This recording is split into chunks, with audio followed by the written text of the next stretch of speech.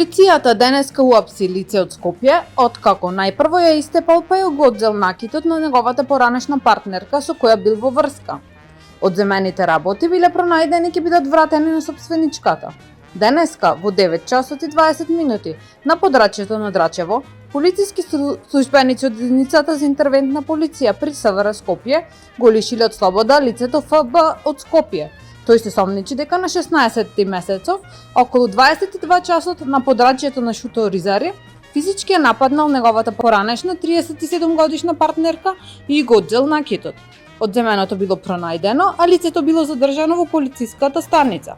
По целосно документирање на случајот ќе следува соодветен поднесок. Малолетник со марихуана фатен од полиција по полнок во Скопско Ѓорче.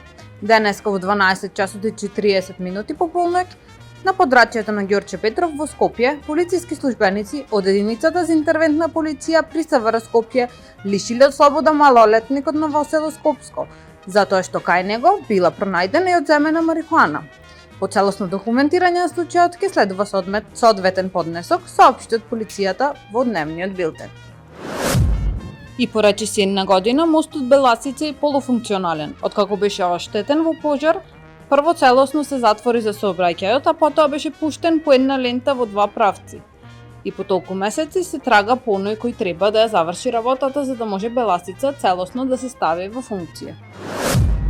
Денес во 2 часот вечерта полициски службеници затекнале 5 млади лица како пишуваат графити. Од нив им одзеле неколку канти со поликолори боја. Против сите нив ќе биде поднесена соодветна пријава. Службеници од полициската станица Центар затекнале 5 лица, 3 од Скопје, едно од Битола и едно од Прилеп, додека пишувале графити. Од нив биле одземени неколку канти со поликолори боја и други предмети. По документирање на случајот ќе следува соодветен поднесок. Таму е Скопје, град мој љубав лише, што ми расу сни.